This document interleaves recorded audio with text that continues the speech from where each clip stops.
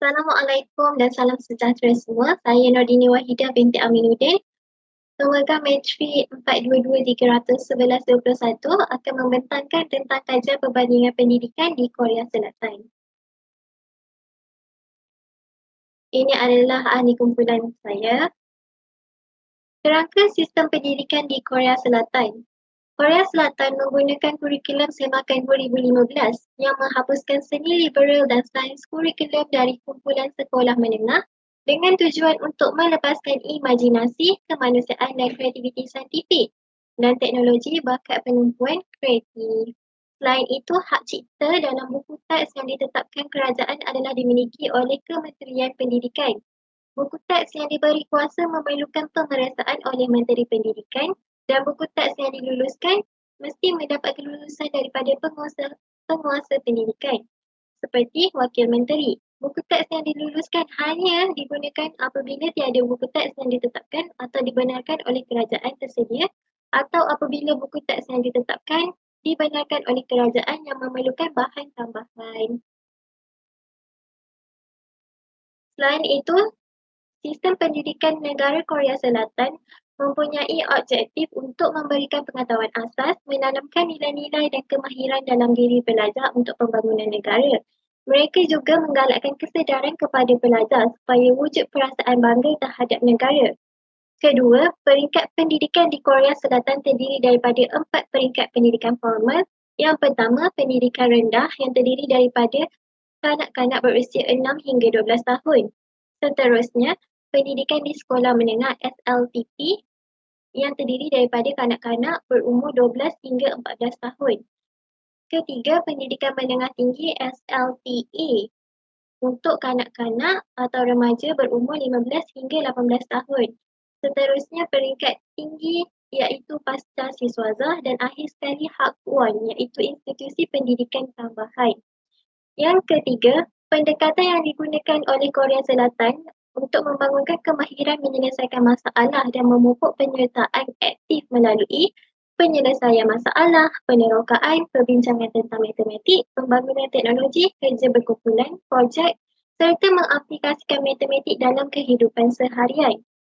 Keempat, penilaian di mana sekolah menengah tiada peperiksaan masuk bergantung hanya pada GPA untuk masuk ke sekolah menengah yang lebih baik. Seterusnya, College Scholastic Aptitude CSAT untuk menentukan kemasukan ke universiti. Seterusnya, saya akan membentangkan tentang struktur pentadbiran pendidikan di Korea Selatan.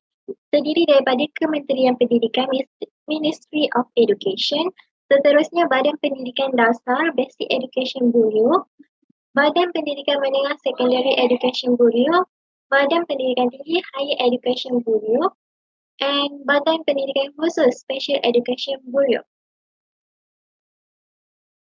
Ini adalah kurikulum pendidikan prasekolah di Korea Selatan.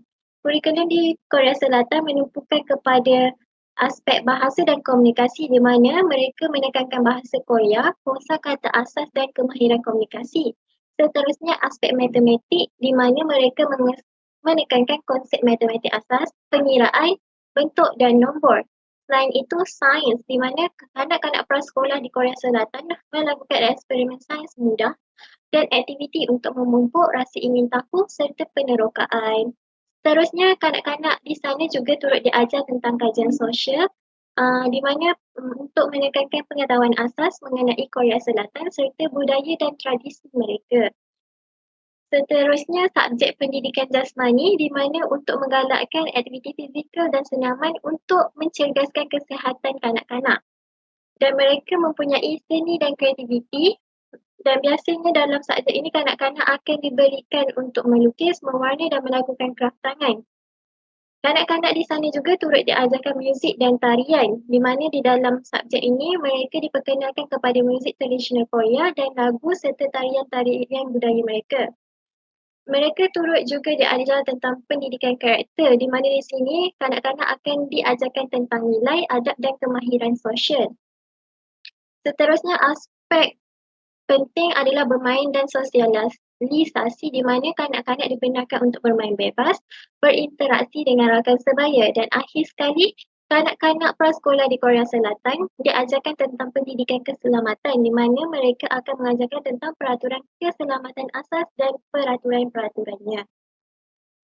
Seterusnya ini adalah fakta menarik lain yang berkaitan pendidikan di Korea Selatan.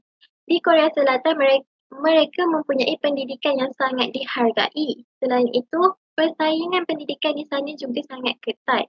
Dan budaya pembelajaran mereka juga kuat di mana mereka mempunyai kelas daripada pagi sehingga malam. Dan akhir sekali, teknologi dalam pendidikan yang sangat moden selaras dengan pembangunan teknologi semasa. Seterusnya, fakta menarik pendidikan Korea Selatan juga kanak-kanak atau remaja di sana belajar hingga 50 jam per minggu dan sekolah sampai sehingga ke hari Sabtu. Dan mereka mempunyai 4 subjek utama dan tenaga pendidik di Korea Selatan adalah yang mempunyai latar belakang mengikut subjek-subjek yang diajar. Seterusnya, rumusan kepada pembandingan pendidikan di Korea Selatan, kebaikannya ialah belajar budaya baru. Apabila kita melanjutkan pelajaran Korea Selatan, kita dapat mengetahui budaya Korea Selatan berbanding di Malaysia. Seterusnya dapat membina persahabatan baru kerana di Korea Selatan akan mendapati kawan baru dari pelbagai negara berbanding di Malaysia.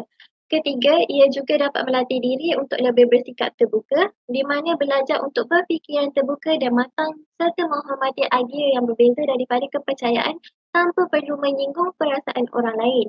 Keempat, kita dapat mempelajari bahasa Korea Selatan di mana kita dapat mempelajari bahasa baru dan meningkatkan kemampuan penggunaan bahasa Korea Selatan. Untuk rumusan kepada keburukan pula, di Korea Selatan mereka sangat menitik beratkan sistem pendidikan yang membebankan di mana pelajar di sana menghafal dan berkaitan dengan matematik serta waktu sekolah selama 16 jam. Mereka kurang waktu untuk rehat dan mempunyai jadual waktu belajar yang sangat lama. Di mana sekolah rendah sahaja bermula daripada pukul 8 pagi sehingga 1 petang, manakala untuk sekolah menengah 9.30 pagi sehingga 10 malam. Dan biasanya peningkatan pelajar yang bunuh diri pada usia 15 hingga 24 tahun meningkat saban tahun kerana tekanan terhadap prestasi akademik dan cita-cita mereka. Dan akhir sekali, pendidikan Korea Selatan memberikan hukuman fizikal kepada pelajar seperti guru akan memberikan hukuman disiplin kepada pelajar walaupun di dalam kelas.